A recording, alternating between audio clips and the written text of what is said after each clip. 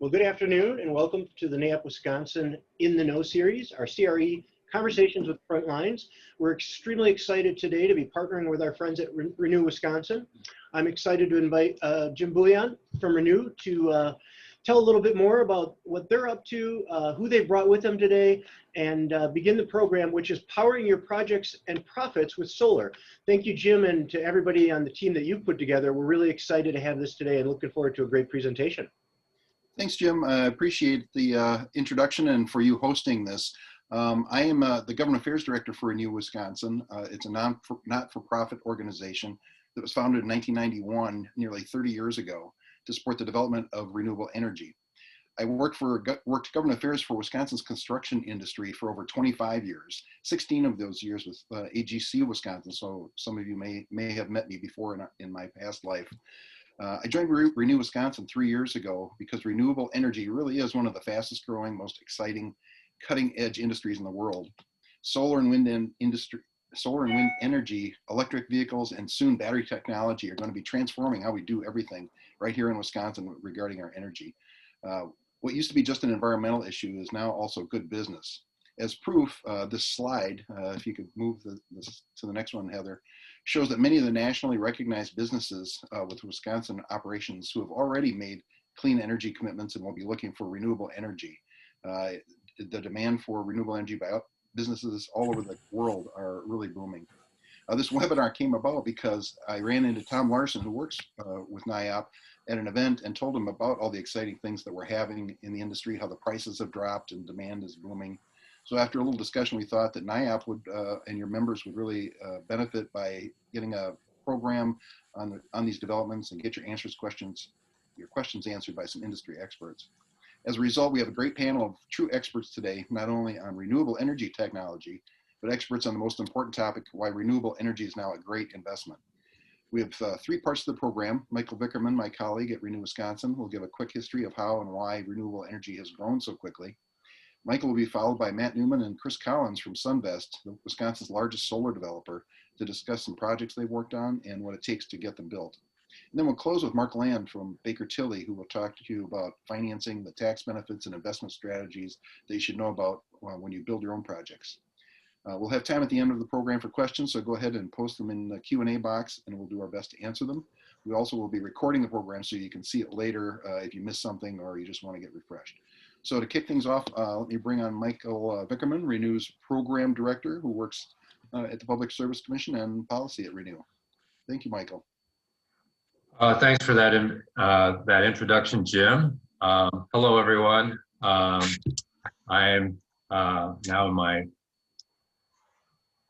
30th year, going from 29 to 30th year, working for Renew. I'm a policy director and had many positions within Renew.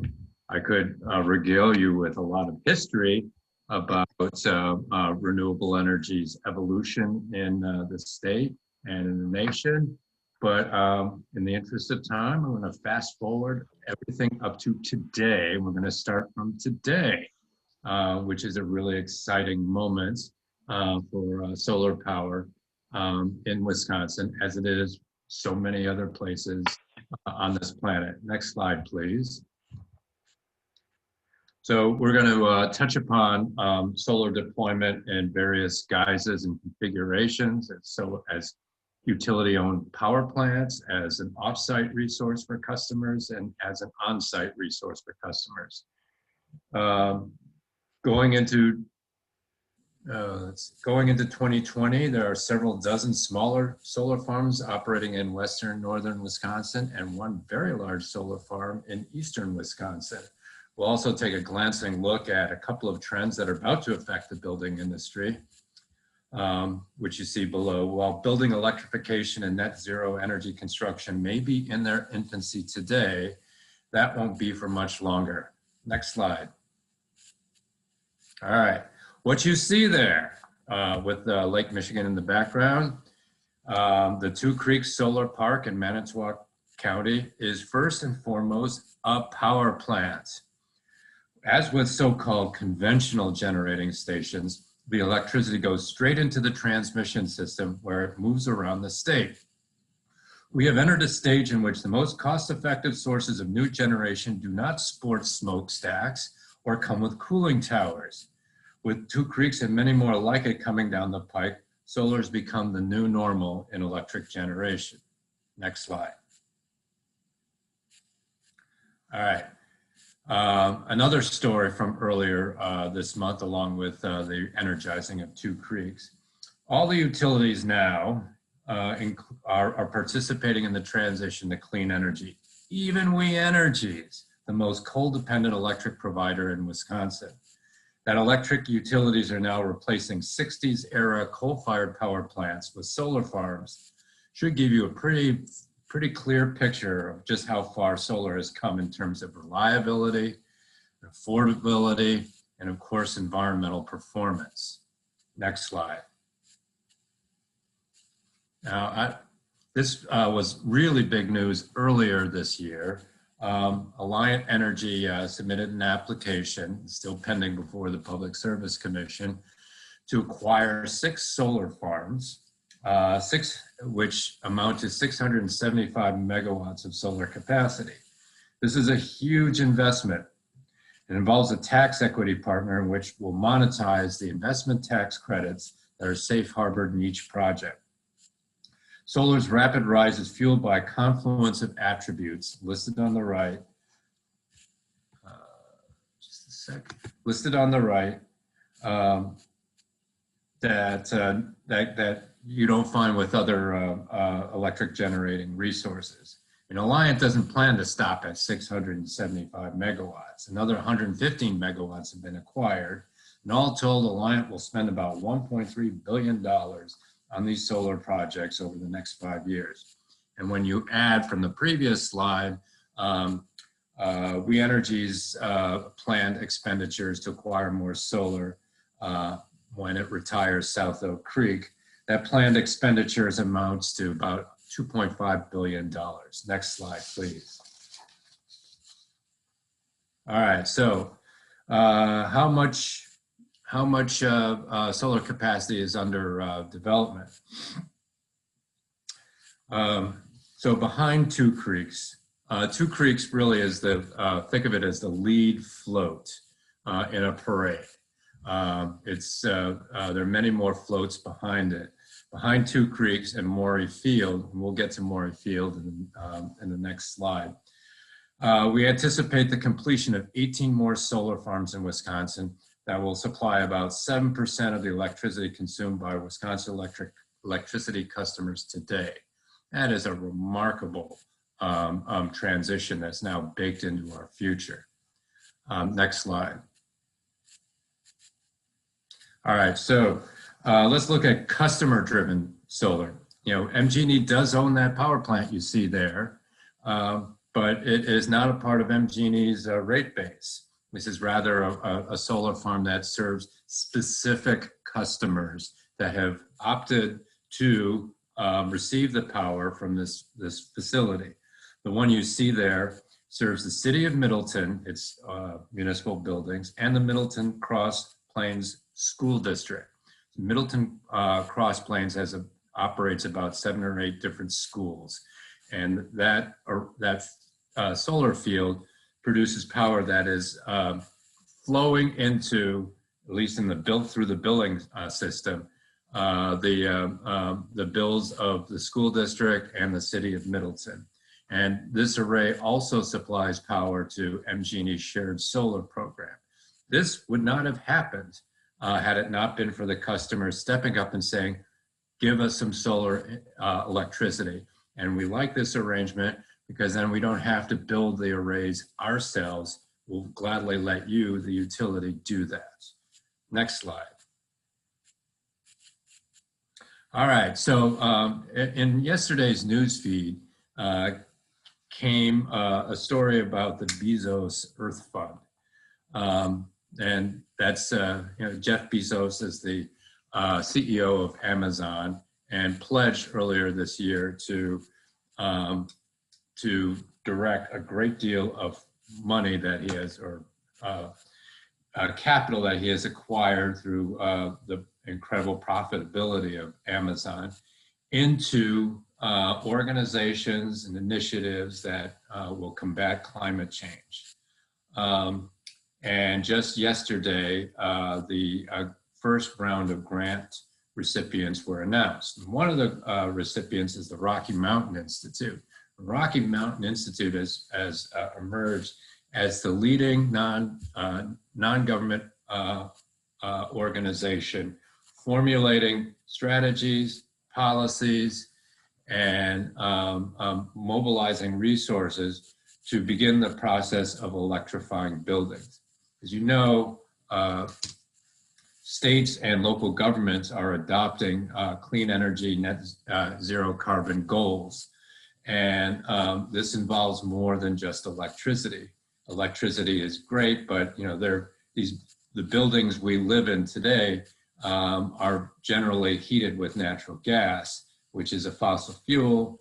And if we truly want to achieve low carbon, zero carbon goals, we have to attack and replace the natural gas that's used today with clean electricity tomorrow.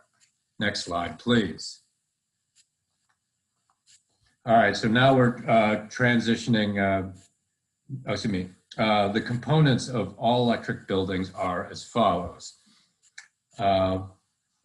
First, there's extensive building energy management controls to limit electrical consumption, for example, lighting controls, and as well certain glazing on glass to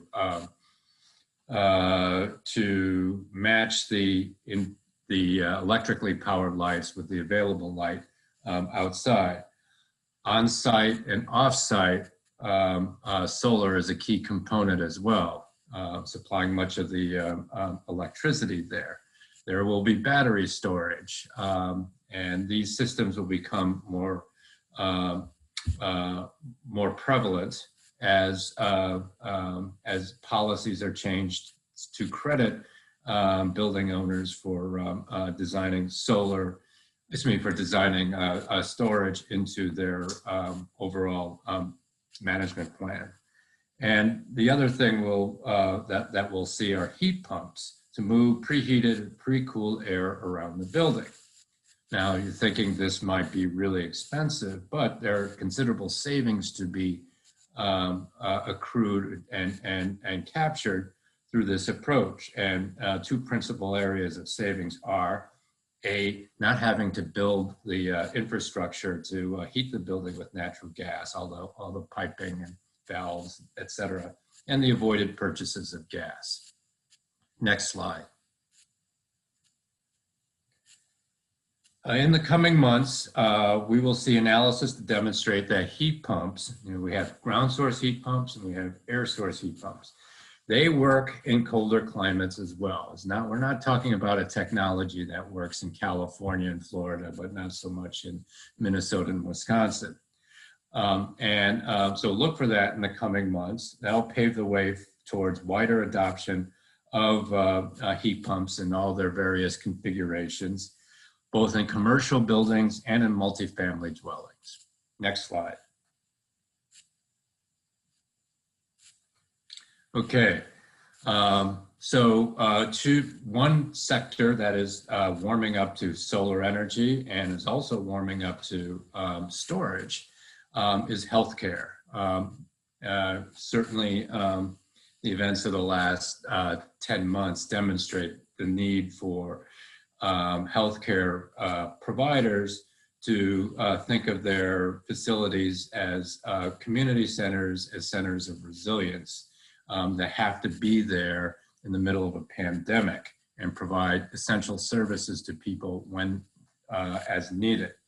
So on the left there is Aspirus, a healthcare network serving central and northern Wisconsin, made a big move starting a couple years ago to embrace solar and sustainability across its facilities.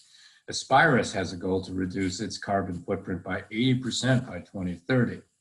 And as we speak today, more rooftop solar is going up on clinic buildings in Wausau and Antigo.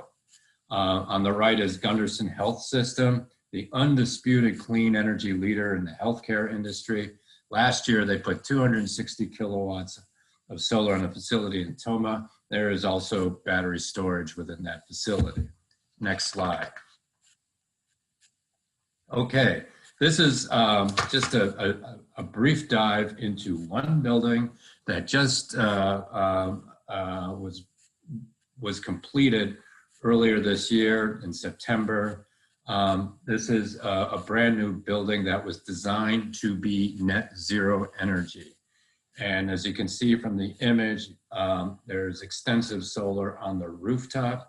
There's much more to this building than just solar power. Next slide.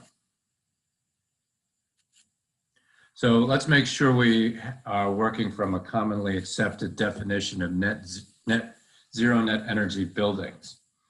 It means that the total amount of energy used by the building on an annual basis is equal to the amount of renewable or clean energy created on the site, or from renewable energy sources that are off-site, such as these community solar arrays and these renewable energy riders that MG&E is now building.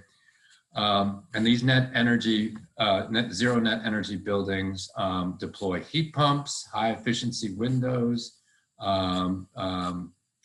insulation that goes way above code specifications, and solar panels.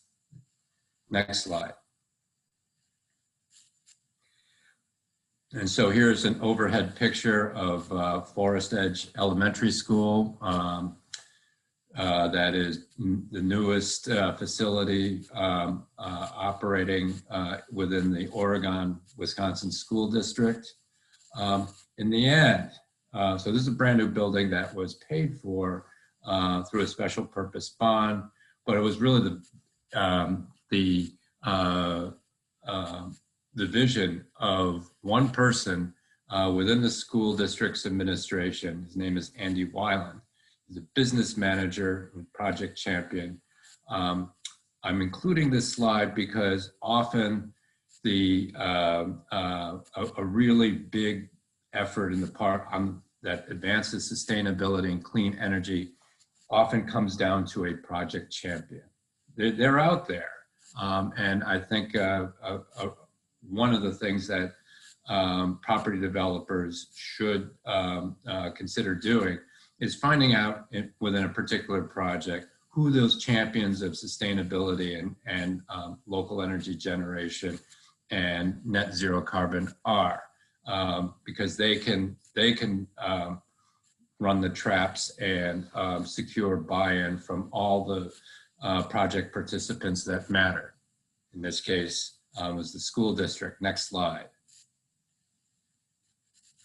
So in this particular school, which is really in the city of Fitchburg, but it's part of the Oregon School District, there was a special low interest bond called Krebs bond that allowed the financing of this project at over a very long period of time at an extremely low interest rate.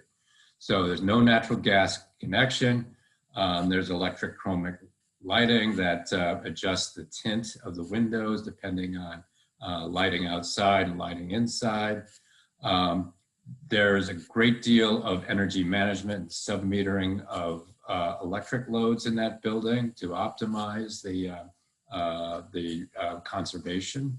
I referred to the solar PV roof. This is one of the largest installations on a building in Wisconsin this year. It's almost 650 kilowatts of DC power, advanced lighting controls, and last but not least, next slide please, is battery storage. And this unit was delivered to this elementary school last month, and it was, I believe it is now fully commissioned. It can store, its main purpose is to store electricity that might otherwise be exported to the grid.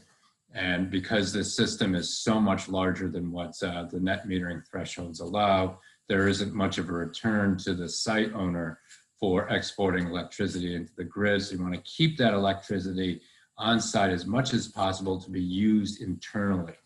And that's the main contribution of a battery. Next slide. So usually I have questions, but I'm not sure if we're planning to hold questions until the end of all our presentations or not, but I appreciate the opportunity to speak with all of you, and I'll be around for any questions you might have on this portion of the presentation towards the end of the hour. Thank you. Thanks, Michael. Appreciate your running us through that. Yeah, we're going to hold questions till the end, but please feel free to type them into the Q&A chat box. We want to make sure we get through all the presentations. Up next, we have Matt Newman, Chief Executive Officer, and Chris Collins, Project Director for Sunvest, to walk us through some projects and what really goes into making these projects work. So Matt and Chris, I'll let you take it from here. Cool. Everybody, you got me okay there, Jim? Yep, I can see you and hear you well. All right, perfect. Well, thank you everybody for joining. I'm going to run through a couple of slides here fairly quick. As Jim mentioned, we've been doing solar here in Wisconsin, really throughout the country since 2009. So we like to kind of joke we're wily veterans in our industry. That makes us veterans. The industry's changed a lot in those 12 years, 11 and a half, 12 years. We're very excited to be where we are, and we're very grateful that we were able to jump in sort of on the leading edge of it and be a part of the growth as we went. I don't know, do you have control of the slides, Jim? You want to flip to the next one? All right, you're on mute, but I saw your mouth move, so I'm going to take that as a yes. We're all so sick of Zooms by now, but this is life, right? All right, so our mission is to advance American energy independence nationwide. We do this by focusing on cost-effective solar solutions for our customers, sustainable environmental stewardship, and job growth and educational advancement. Go on to the next one, Jim. We've been Wisconsin's #1 solar developer for 5 years. Kind of a cool thing, but we had the largest rooftop system built in the state as of 2 years ago. That was on Madison College, and we actually just exceeded that this year with another larger system here in the Metro Milwaukee area on Harley-Davidson's headquarters. As I mentioned, we've been in this for over 10 years, so we're going on 12 right now. We developed about 80 megawatts of all distributed generation. We'll talk a little bit about that. We don't do the big fields like what Michael showed. We don't do that 150 megawatt field right by Lake Michigan. We primarily do projects that range from, we've done plenty of single family rooftops, but we also do commercial projects, and generally up to about 5 megawatts or so in size, which in scale, the one Michael showed the picture of was 150 megawatts. So that would be 75 times larger than the types of projects we do. We have a family of companies. So I think maybe part of the reason I was invited for this presentation, I appreciate the invite, was because I, like many of you, are in the real estate space. We work in the residential real estate space. So we do land development. We've done that for about 20 years. And then we have 3 different home building operations, mostly in Metro Milwaukee, but some in Madison as well. We've got systems functioning in 12 different states, actually 9 different states, but soon to be 12 different states. We're number 14 ranked solar developer nationally, so got experience in a lot of different markets. And we've been in the fastest growing firms. Actually, I think we were #1 fastest growing firm this last year in Metro Milwaukee. So the industry is growing, and we're doing our best to keep up and play our small part in it. Go ahead, Jim. For those of you that aren't familiar, this is just kind of a simple graph, shows you how solar works. The sun hits the panels on your roof, creates DC energy, direct current energy, goes through an inverter. The inverter actually converts it from direct current to alternating current, which is like what you use in your office. You plug your cell phone or your computer into it. That's what you're using. Goes through an AC disconnect back out to the grid technically, and then goes back into your building through your consumption meter. That all sounds really technical. At the end of the day, basically the energy you produce on your building is used on site first, typically, but technically speaking, it actually leaves your building and comes back into your building. And then any excess generation, which most of you, if you're in commercial buildings, you probably won't have excess generation. But if you would, it would actually get sent back out to the grid to be utilized by another user on the system. Go ahead, Jim. So here's kind of a cool picture. This is a school district in New Jersey. You'll see some in Wisconsin here and some other pictures coming up, but this is about 2.2 megawatts of solar on 4 different rooftops. and the school used what's called a power purchase agreement to acquire the energy from us. So schools, as you all know, are not-for-profit entities. So tax credits, accelerated depreciation, things like that don't mean anything to a school. But in over half of the country, in other states, this is not the case in Wisconsin, but in other states, we're actually allowed to develop that project, have a taxable entity own that asset, and then sell the power to the school at a discounted rate. So I can't remember, this was probably 4 or 5 years ago now. I don't remember exactly what the rate was, but just by example, in New Jersey, a lot of people are paying 15 to 20 cents a kilowatt hour for their energy. This project was probably developed and we're selling the power to the school at significantly less than that. Call it maybe 12 or 14 cents. So they're probably saving 10 or 20% on their energy bills, and they get the benefits of solar. In New Jersey right now, there's some new programs, and this changes on really an annual basis, sometimes more often. Some of these power purchase agreements are actually going out at like a penny or less than a penny a kilowatt hour, which means effectively they're not even paying for their energy because of some of the other incentives that exist in that market. We don't have those here in Wisconsin right now, and who knows what the future of that will hold with how quickly the industry is changing. But kind of a neat way for a school to deploy solar and get the benefit of tax credits without actually owning the system or dealing with the operations and maintenance. Go ahead, Jim. So I guess this is kind of the explanation I just sort of went through, but effectively in other states, again, I stress it's different here in the state of Wisconsin, and there's many states that are like Wisconsin, regulated utility markets, but there are some deregulated utility markets or markets where these power purchase agreements are allowed. And in short, what it allows you to do is buy your energy from a different source other than the utility company. So if you want to have solar on your facility, some of you either own assets in other states or may have clients that own assets in other states, or maybe portfolios. If you're in a state that allows power purchase agreements, it's definitely a good way to look into it if you don't want the capital outlay of buying a system yourself or dealing with monetizing tax credits, or you're concerned about the operations and maintenance or whatever it might be. A power purchase agreement is really a no risk proposition to get into the game of solar, start saving money and energy, but you don't have any of the financial risk or any of the maintenance obligations. You get to just buy your energy for less expensive than what you can pay the local utility company, or sometimes equal to. But at the end of the day, it's a great way to get solar on a facility without the capital outlay that would otherwise be necessary. Go for it, Jim. Here's an example of a project. This is a multifamily project in Madison. I think it's actually Middleton. Market West Apartments. This is a 372 kilowatt system, 1,100 modules. And what's kind of neat about this is the apartment developer wanted it as an attractive feature, probably to attract millennials or sort of a younger crowd to his facility. And what those solar panels power is not the individual apartment units. It powers the common areas. Any energy used for lighting, the swimming pool, probably not the heat in the swimming pool, but just the lighting in and around the pool, the elevators, lighting in the hallways, common corridors, things like that. We were able to offset a good portion of his energy in those common areas and ultimately saves him money in the long run on that investment. Go ahead, Jim. So direct owner purchase in the state of Wisconsin, this is the most common thing that we do for businesses within our solar company. And that is a business says we have an energy bill, we want to reduce our energy bill, and or we want green energy for other marketing or sustainability reasons. So what we do is we come in, we look at the size of your facility to figure out how much maximum solar your rooftop could fit, or maybe it's on a piece of land that you own, right next to your facility. We also look at your utility bills to size the system appropriately based on the amount of energy consumption that you're currently using. And that will determine ultimately between space and how much energy you're using, that will determine what the maximum system size would be for your particular facility. And then what we do is run out the various incentives that are available. There is a federal investment tax credit. We all just call that the ITC. Right now, that's 26%. Last year, and for probably 8 years prior to that, 9 years prior to that, it was 30%.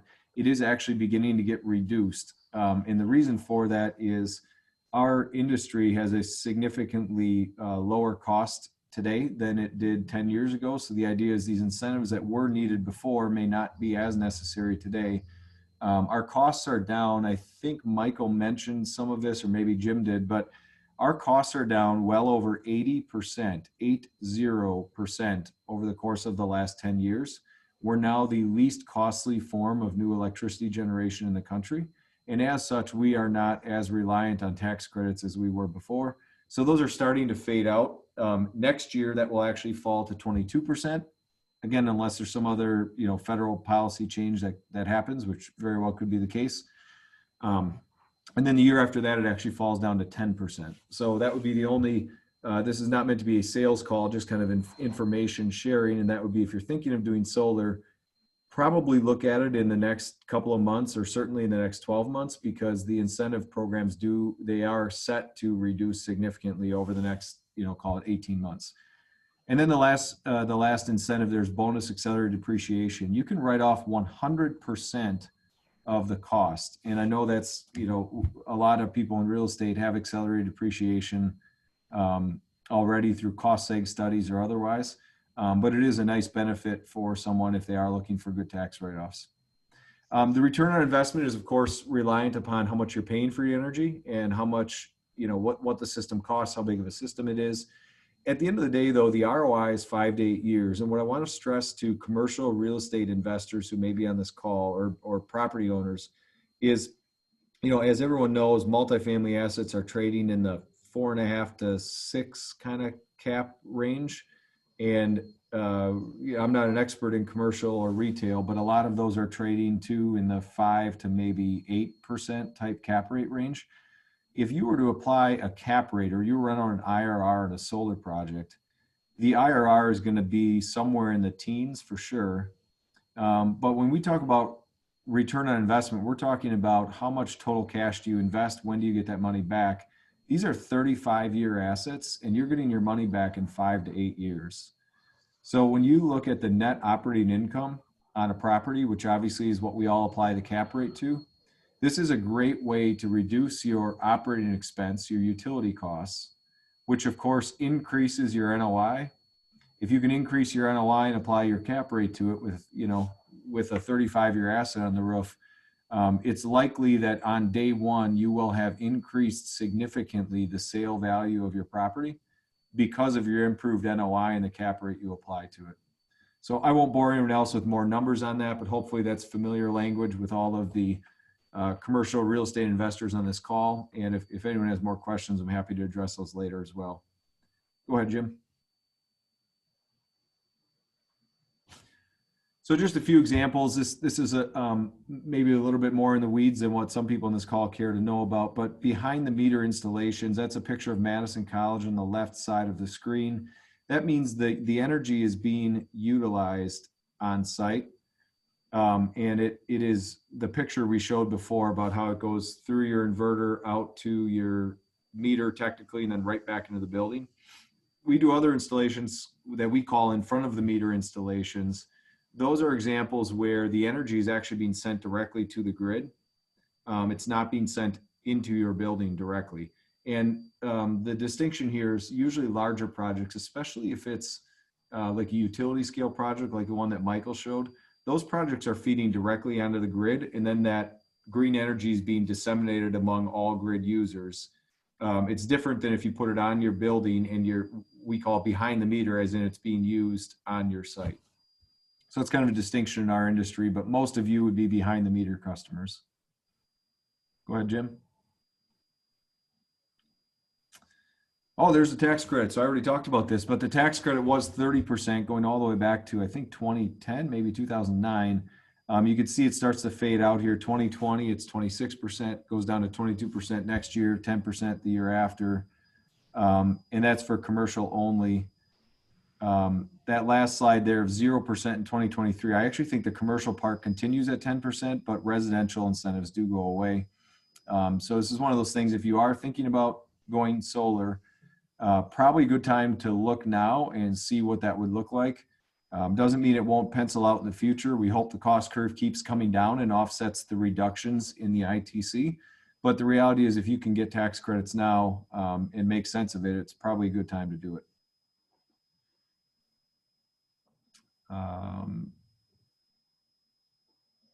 There's another kind of cool picture of Madison College. If you look at it long enough, you might get a little bit dizzy, but just goes to show the scale of how, how we can use the rooftops. It's sort of a neat thing to see the layouts in these different facilities, but if you've got a large rooftop without a lot of mechanical equipment up there, it's really an ideal spot. You're not doing anything else with it anyway. Why not try to find a way to turn that rooftop into something that actually makes money for you as opposed to just costing you money in your capital budget every year. Go ahead, Jim. So state incentives, there is a business cash rebate for solar installations. It's not a huge dollar amount depending on your system size, but it is there to help with some of the cost. Net metering is the concept that when you produce your own energy, that energy will offset your current energy costs kilowatt hour for kilowatt hour. So if you're paying 10 cents a kilowatt hour and you produce your own energy, you're going to get credit at 10 cents a kilowatt hour. There's some nuances there I won't bore you guys with, but generally that's the way we size our system, is to make sure you can benefit from that retail net metering. And then Wisconsin solar access rights, just kind of an interesting thing in case you're in a business park or something like that. You don't have to worry about someone building something next to you that prevents you from being able to utilize the sunlight that you have rights to. So this is just the concept that someone can't really prevent you from putting solar on your roof if you want it on your roof. And they also can't block your sunlight if you do put it on your roof. Just sort of a nice protection to know about. We get that question a lot. Go ahead, Jim.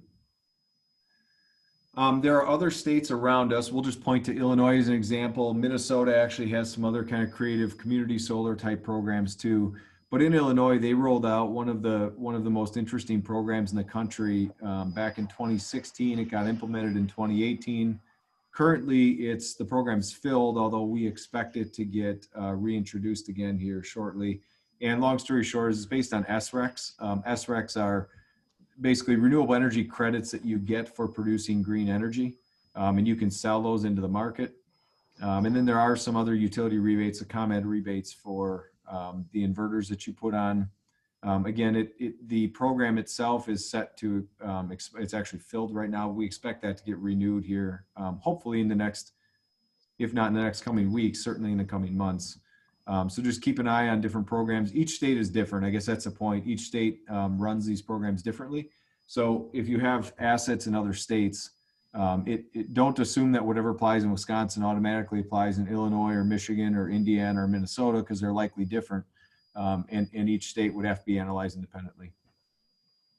Go ahead, Jim. I think I'm just about done. I guess I am done. So I'd be happy to answer questions as well, just like Michael at the end, but I'm trying to stay in my time limit. So thank you everyone for listening, and hopefully that was helpful.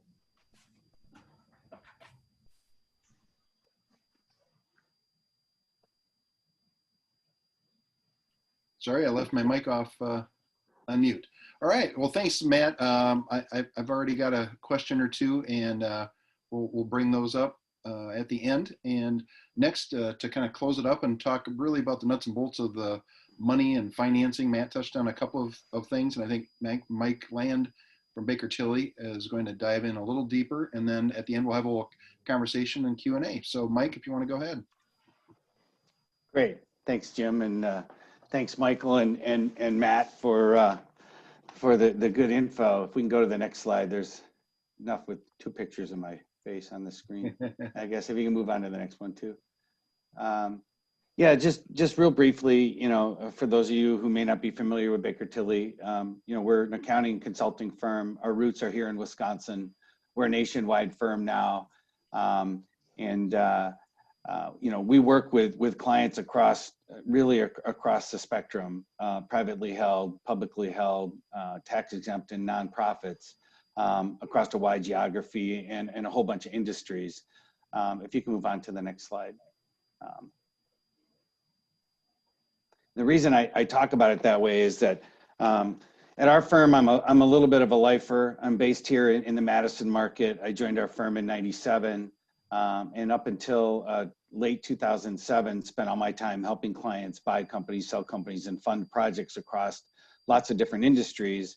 In late '07, early '08, we got formalized around renewable energy and clean energy as we had clients from really all walks of life express needs around, around different ways to generate and consume and distribute energy.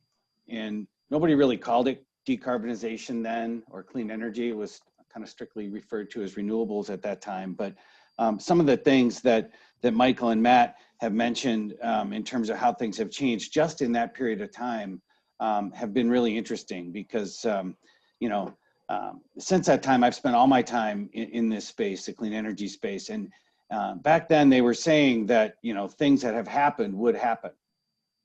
And it was kind of hard to really take that at face value, meaning that you would have things like wind and solar and others get to a point where they're close to or at cost parity with other forms of energy generation and distribution. And you know, as a firm, we've been involved across the whole spectrum, everything from wind and solar to biomass and biogas and geothermal heating and cooling and hydro. And I can tell you, we've learned just a great deal about all those things. But the biggest thing I can say is that those technologies and the companies that stand behind them have only improved in their efficacy over time. And I think it's a widely held belief that those things are going to continue to occur. And so all those things that Michael was talking about, you know, about kind of the buildings of the future, it's going to be really interesting to me to look back, you know, 10 years from now or 15 years from now as to the kinds of things that actually happen relative to, you know, to some of that vision, because I really believe that's where we're headed. That's just my own personal take. And it's really as much so just because of the amount of capital that we're starting to see from all sorts of parties. Just in the last 3, 4, 5 years, we've seen more and more participants getting into this decarbonization space, whether it's driven by incentives or resource scarcity, or you know, companies looking to become more sustainable. It isn't just one thing. And so we really believe that this has legs, I guess is what I'm trying to say. So if you can move on to the next slide. I wanted to, and I know we've got, I think we want to be able to get to some questions, so I'm going to go through this pretty quickly. But at a high level, this table tries to demonstrate kind of how we look at various ways to fund projects, whether they be solar or other clean energy projects. A lot of what we're involved with is either utility scale, but then there's also others that are much smaller than that. And as Matt was mentioning, as you go from, you know, federal incentives are consistent. So things like the new market tax credit program, if you can apply that to clean energy projects, which can be a little bit difficult, but it's something that we've seen done, to, you know, federal tax incentives. Those are things that apply themselves across states. And as you go from state to state, it's a bit of a patchwork quilt in our country as to understanding what will work in one place or another in terms of what incentives apply and how they're applied. But in general, this is kind of the range of incentive-driven kind of capital stacks that we see, going from, you know, rebates and grants that are nearly 0%, to senior debt, and I'll talk a little bit more about PACE and tax equity specifically, as well as then kind of equity returns. Obviously, these are very much dependent upon, you know, the underlying credit of projects and contracted cash flows, and across various technologies, you'll see, you know, some significant variation in the kind of returns that parties are looking for. But clearly, you know, solar in the real estate environment is something that is really becoming tried and true. And, you know, you start to see more and more institutional capital that is in the market and really understands the risks, and that enables more and more projects to occur. Next slide, please. So specifically for solar incentives in Wisconsin, we kind of think of those as in federal, state, and then various grant programs. Others have already talked about, you know, the ITC for solar. We'll talk a little bit about how you monetize that. You know, there is an ITC for electric vehicle charging stations. It can be a little bit limited if you start to think about, you know, massive charging stations and those kinds of things. It'll be interesting to see going forward as this really nationwide move toward electrification of vehicles is occurring, what incentives may or may not come. We don't really opine on that, and it's very difficult to have an accurate crystal ball, but wouldn't be surprised to see there be more that comes in that form.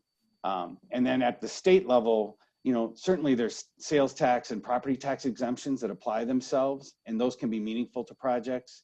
And relatively new is PACE, Property Assessed Clean Energy, and we'll talk about that in more detail. Next slide, please. So I wanted to spend a little bit of time on tax equity and ITC. There's nothing that says that an owner has to work with tax equity.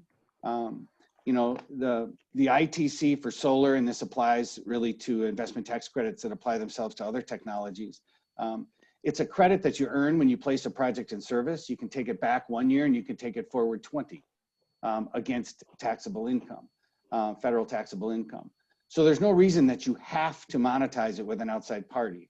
However, if you're interested in being as efficient with that tax credit as you can be, and the credit itself is much larger than your own tax liability, then you get into looking to monetize those credits.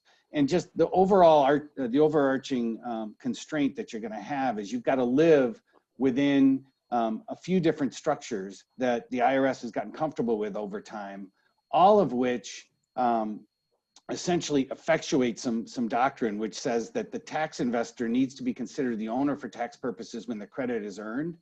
And in the case of the solar ITC, there's a 5-year recapture period, which means that those parties need to be considered the owner over that 5-year recapture period in order to capture the full benefit of the credit. The other thing is that the losses that come along with the accelerated depreciation would flow with the credit. And so there's 3 different structures, and I won't get into all the vagaries of each of those 3, but just know that they exist. The requirements in all cases, as I mentioned, is that the investor be considered the owner for tax purposes at the time the project is placed in service. Just know that a sale leaseback provides a 3-month cushion. There's a special safe harbor for that if you place a project in service and you don't have a tax investor yet, you do have 3 months after that to effectuate a transaction and still allow that investor to be able to claim the credit. And the other thing is that tax investors look and feel in the way that they underwrite projects, they look and feel like a bank. Typically, they are getting a limited return on their capital. They're getting a little bit of cash, and they're getting the value of the credit and the tax benefits, and they're looking for a targeted IRR. Next slide, please. I'm just cognizant of the time here, so I'm going to kind of jam through this a bit. For those of you who may not be familiar with PACE, PACE is a jurisdiction by jurisdiction incentive program, and in the state of Wisconsin, the PACE program is administered by a nonprofit called Slipstream, and the various jurisdictions around the country have kind of different rules for what qualifies. So just know that. Here in the state of Wisconsin, it's about energy efficiency, renewable energy production, or water conservation. And if your project can meet those requirements, then you can look at, okay, what are my qualifying criteria, which are in terms of sizing of PACE. And that is kind of the savings to investment ratio, it should say, instead of ration there of 1 to 1, which is a sum total of operating expense reductions that you get through efficiencies, any revenue increases that you have, and perhaps any cost of capital enhancement. All of those go into this concept of having the project pay for itself over its life, which, you know, in this case, you've got very long-lived lives if you've got solar involved and other renewable technologies. So, you know, it's not uncommon to be able to look at that over a 20 or 25-year period, if not longer. And really, the benefits of PACE end up being typically a reduced cost of capital and a longer-term life of that source of capital. And if you can go on to the next slide. And just to give an example, and this is something that PACE Wisconsin has provided. So obviously it's for illustrative purposes only, and, you know, applies to every project differently. But, you know, the idea is that under PACE is that you end up with a special property assessment, and you need to have a lender that's comfortable, either that or is also participating in the PACE funding.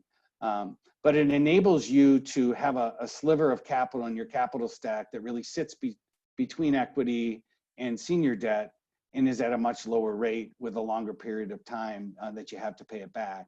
And so in essence, it's, its real use is to reduce the overall cost of capital of a project.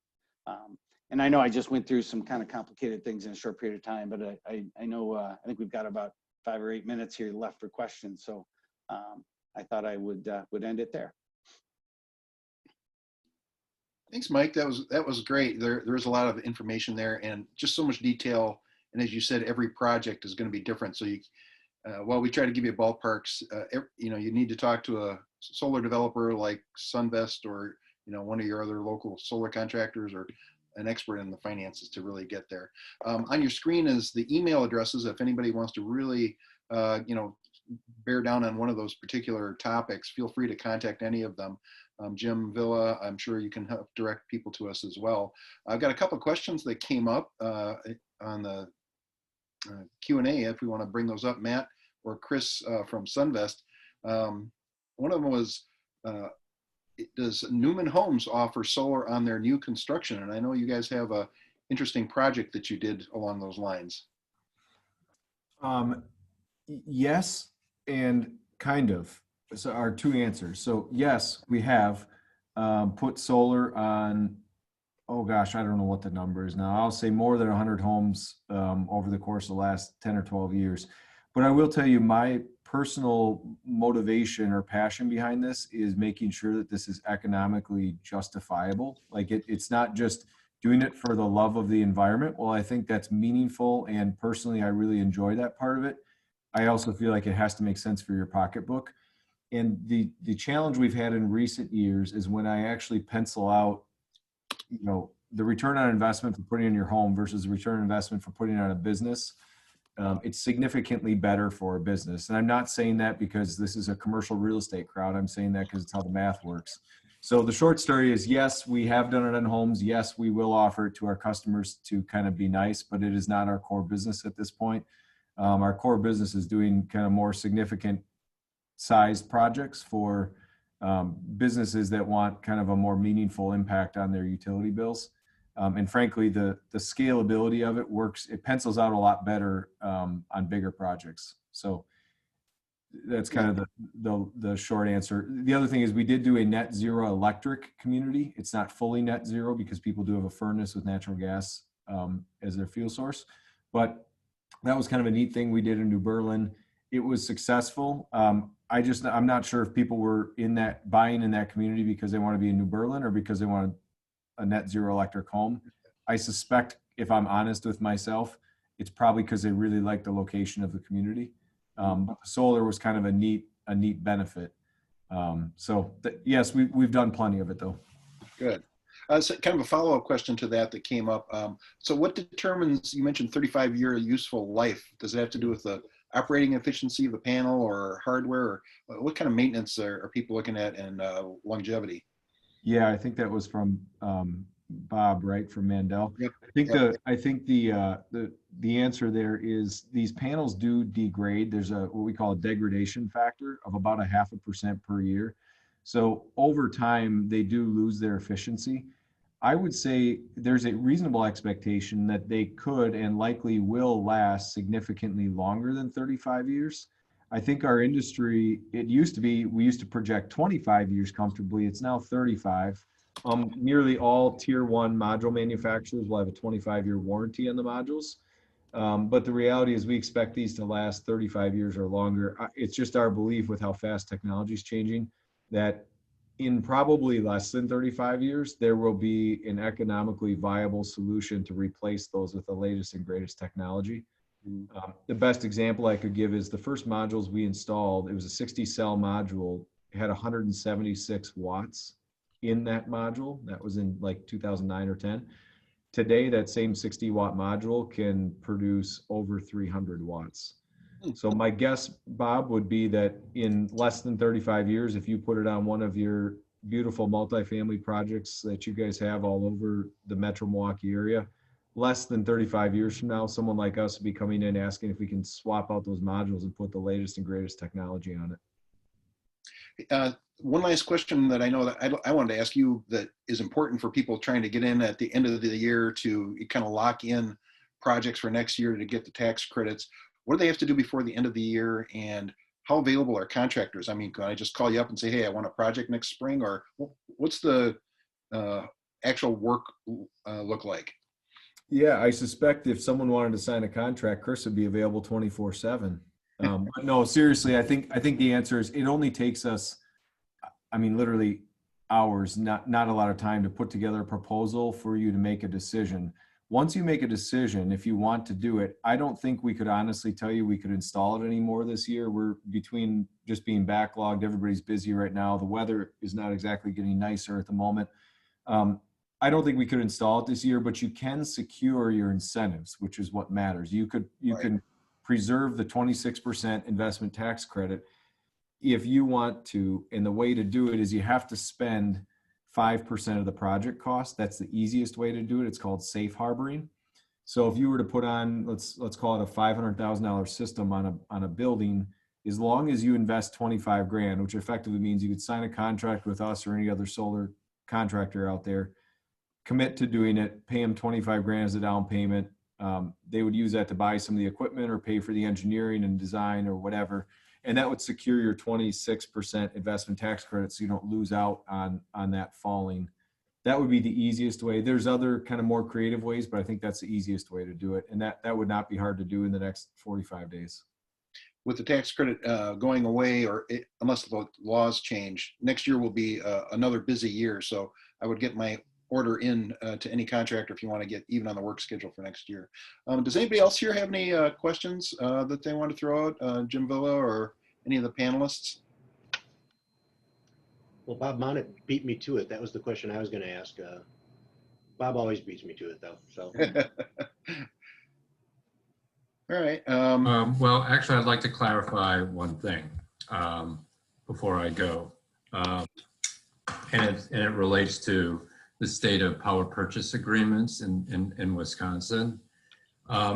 If power purchase agreements were truly illegal, it would require the legislature to change that. But they're not really truly illegal. They're just in a very ambiguous legal situation, which means that it can be clarified without having to go to the legislature. It could be clarified by a judge. It could be clarified by the Public Service Commission. And so with that, there's no prohibition on third-party finance projects. Some utilities will, of course, say that that they're not allowed, but that's the utility stepping into a vacuum where there is no applicable state law right now. And we will see in the next 45 days a filing that hopefully will change that. Thanks, Michael. One last thing, I did post in the chat box a link to a website called the Database of State Incentives for Renewables and Efficiency. It's probably the best national list of incentives. Maybe not always currently up to date, but it's pretty close. It's one of the best I found. So for your information, that's there. So Jim, is there anything else that you wanted to have for a close here? Just a huge thank you to all the presenters and of course to you, Jim and Renew.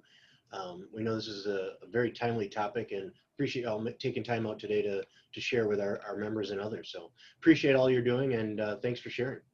Absolutely. And again, we'll have it recorded. Jim's going to have it recorded and available to members on his website.